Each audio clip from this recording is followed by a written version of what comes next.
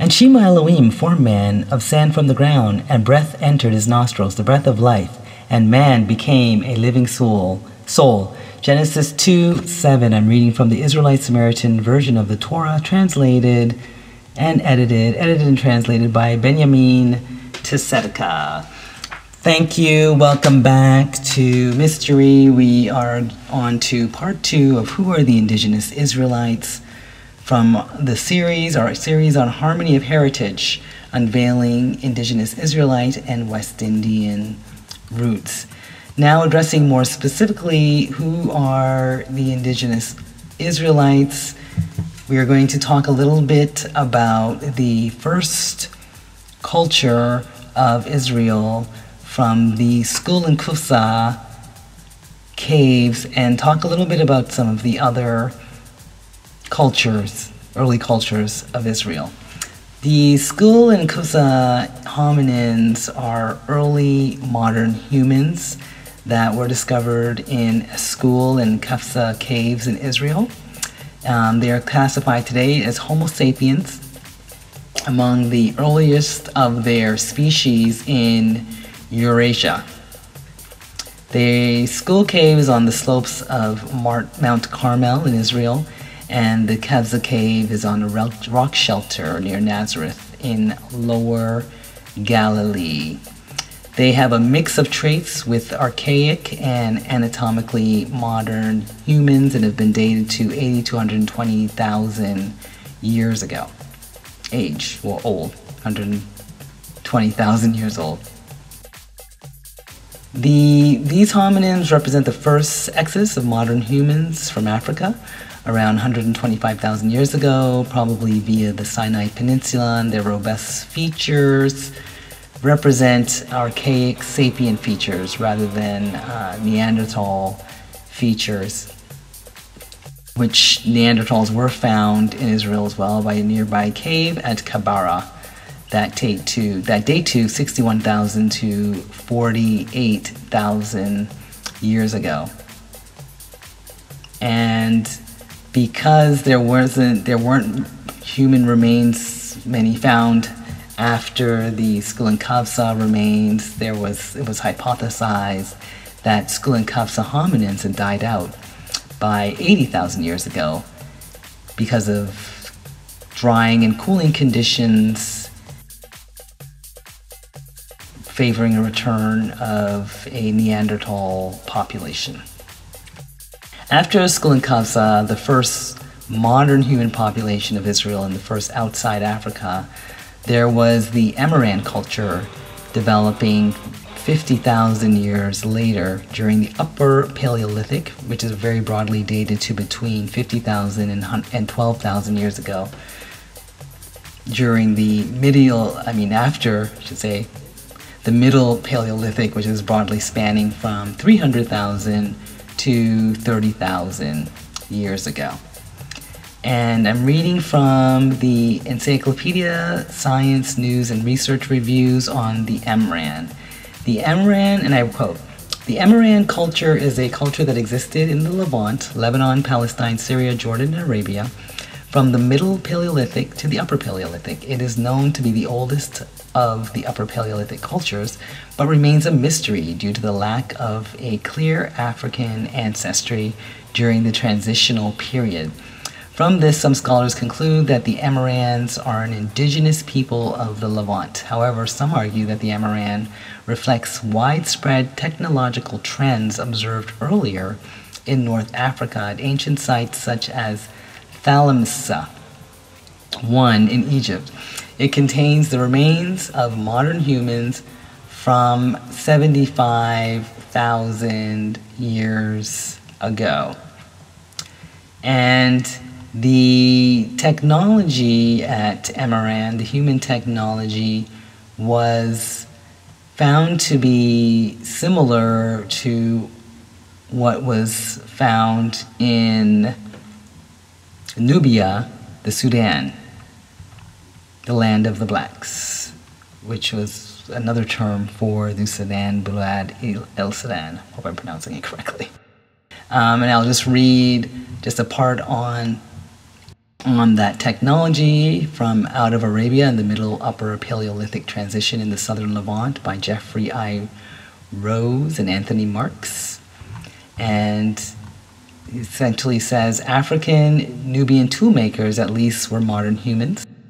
AMH, which again is anatomically modern humans, specimens have been documented in North Africa from 150,000 years onward, while no other species has yet been found there. An AMH child burial was excavated from an extraction pit associated with activity phase 3 at Taramasa Hill 1, with a terminus post quem of ca 70,000 years ago.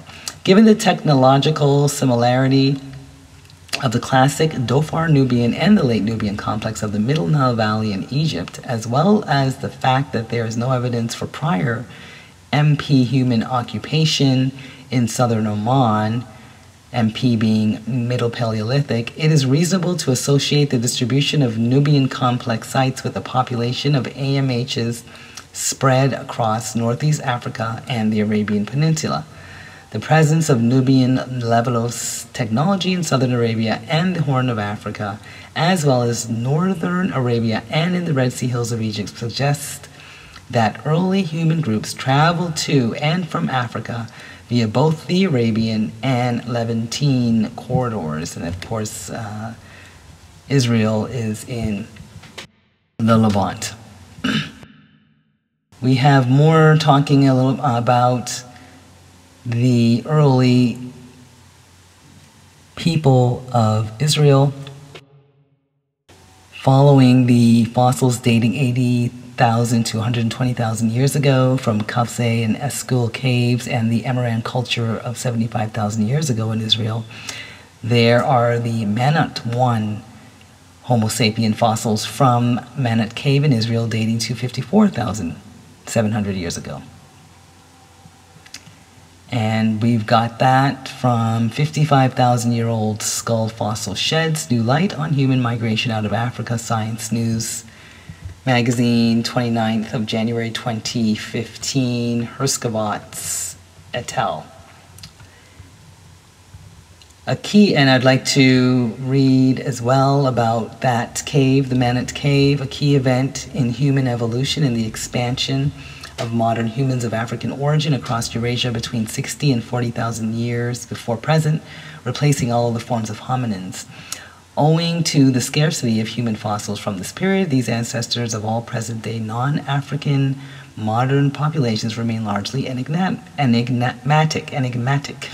Here we describe a partial calvaria recently discovered at Manat Cave, Western Galilee, Israel, and dated to 54.7 plus or minus 5,000 years BP by uranium-thorium dating that sheds light on this crucial event.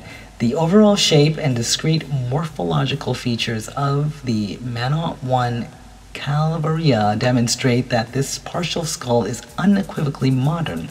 It is similar in shape to recent African skulls as well as to European skulls from the Upper Paleolithic period, but different from most other early anatomically modern humans in the Levant. This suggests that the Manat people could be closely related to the first modern humans who later successfully colonized Europe.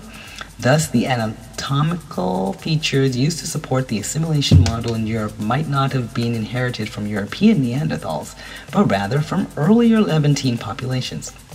Moreover, at present, Manat 1 is the only modern human specimen to provide evidence that during the Middle to Upper Paleolithic interface, both modern humans and Neanderthals contemporaneously inhabited the southern Levant, close in time to the likely interbreeding event with Neanderthals. Manat 1 is thus the first direct fossil evidence that modern humans inhabited the Levantine corridor 55,000 years ago. 55,000 years ago, and that was read from Levantine Cranium from Manat Cave, Israel foreshadows the first European modern humans, Nature Journal, by Israel Herskowitz et al., Nature Journal. So essentially, What this is saying is that although there were earlier cultures in Israel, some of them had archaic hominins such as Neanderthals, and it's not until Manat 1 that archaeologists can confidently say that purely anatomically modern humans, alongside Neanderthals, lived in Israel. Now, where did these people come from? I'll read to you. Where did they come from? I'll read to you an article, 55,000-year-old skull fossil sheds new light on human migration out of Africa, from Sci News, January 29, 2015, and I quote, "It has a distinctive bunch." I should note here that this is the findings from an examination of the remains at Manat 1. Manat 1 being a cave in Western Galilee, Israel. And I quote, "It has a distinctive bun-shaped occipital region at the back. In this way, its shape resembles modern African and European skulls, but differs from other anatomically modern humans from the Levant. This suggests that the Manat people could be closely related to the first modern humans that later colonized Europe. The shape analysis shows very clearly that Manat was a modern human. It is interesting that the most similar skulls in our sample come from recent Africans on the one hand, and on the other hand from those modern humans that lived in Europe between 20 to 30,000 years ago. For instance, Meldek I or Pied-Mosti IV from the Czech Republic," said co-author Dr. Gerhard Weber from the University of Vienna. The fossil also provides evidence that both modern humans and Neanderthals inhabited the southern Levant during the late Pleistocene, close in time to the likely interbreeding event between modern humans and Neanderthals. This skull remains at Manat is exactly what we anthropologists have looked for since decades. It connects perfectly in space and time those separated parts of human history that we have known, Dr. Weber said. So what we have here is the Manat 1 skull is the skull of an anatomically modern human, and it's similar to modern African skulls, as well as the skulls from this Meldek I cave in the Czech Republic. And this cave in the Czech Republic is the oldest, largest, and most northern settlement of Cro-Magnon people in Europe, who were thought to have lived 31,000 years ago. And I'm going to read for you this final piece just to give you an understanding of the early peopling of the Czech Republic, which is in Eastern Europe. And I read from Boris A. Malyarchuk et al., Reconstructing the phylogeny of African mitochondrial DNA lineages in Slavs, European Journal of Human Genetics, 2008. Less than 0.5% of African mtDNAs belonging to different haplogroups, parentheses L1b, L3b, and M1, were detected in Russians whose origin is thought to be the result of an admixture between the Slavs and indigenous pre-Slavonic tribes of Eastern Europe that occurred in the early Middle Ages due to migrations of Slavs from their putative homeland in Central Europe. It is noteworthy that African mtDNAs have been detected also in other Slavonic populations, in Poles, Czechs, Slovaks, Bosnians, and Bulgarians. The precise ancestry of these mtDNAs is difficult to trace. Some African mtDNAs revealed in Europe are identical to those found in Africa. However, some of them appear to be unique, being found only in Europe. For this, several explanations can be proposed. The African mtDNAs detected in Europe are either present in Africa but not yet detected, or they are of African origin but have been lost among Africans, or their unique mutations have occurred exclusively in Europe. The question concerning the time of these unique mutations to originate appears to be of high importance. In the previous studies, based on the hypervariable segment 1, HVS1 variation, it has been proposed that the evolutionary age of two clusters of African mtDNAs marked by unique mutations at 16362 within haplogroup L1b and 16294 within haplogroup L3b do not exceed 6,500 years, whereas another study has shown that unique cluster marked by the 16175 transition within haplogroup L1b has not been found in Africa but is present in Germany, Russia, and in medieval 12th, 13th century populations from South Iberia, Spain, suggesting that the ancestor of this motif arrived from Africa to Europe where the 16175 mutation occurred.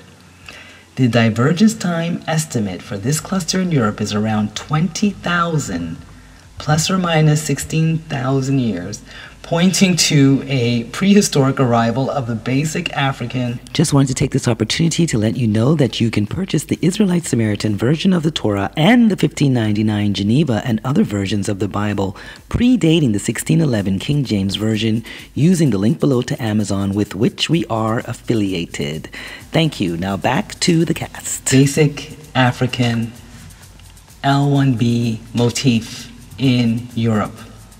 To sum up, it is striking that gene pools of different Slavonic populations include African-specific mtDNA lineages, some of which have their most related counterparts in Europe instead of Africa, such as haplotypes belonging to subclusters L1b1a and L2a1a. It is noteworthy that according to the results of phylogeographic studies, almost all African mtDNA lineages detected in the Slavs seem to be of West African origin. End quote. And what is mtDNA? mtDNA is mitochondrial DNA. Mitochondria breaks down food into usable energy for cells. And the mitochondrial DNA is DNA that is located in the mitochondria, which is maternally inherited.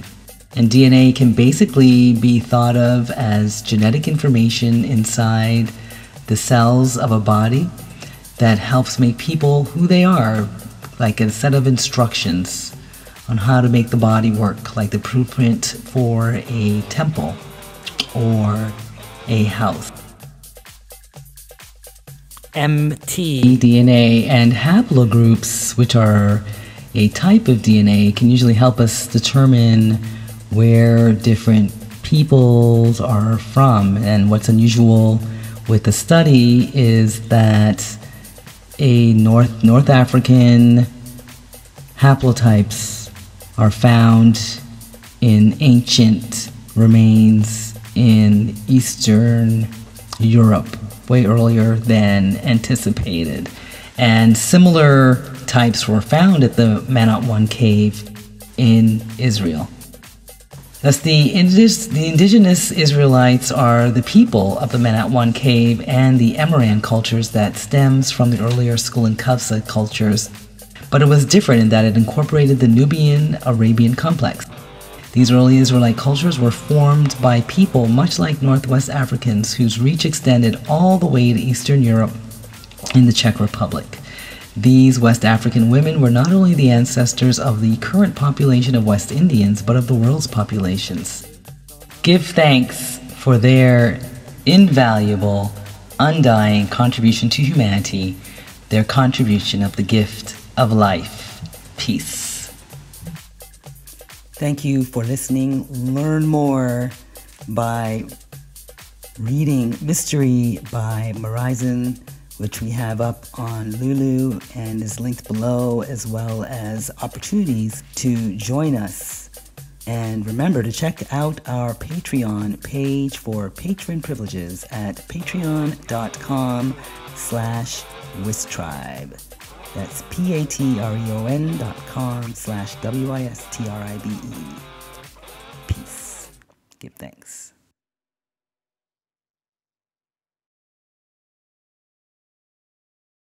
Are you tired of working that 9 to 5? Gotta scrimp and save just to survive? Come get the tools you deserve to thrive when you decide to take the dive into the pursuit of your own bliss. Come learn how to start a business. For the book or the course, you just need to go to the website linked below. All brought to you care of online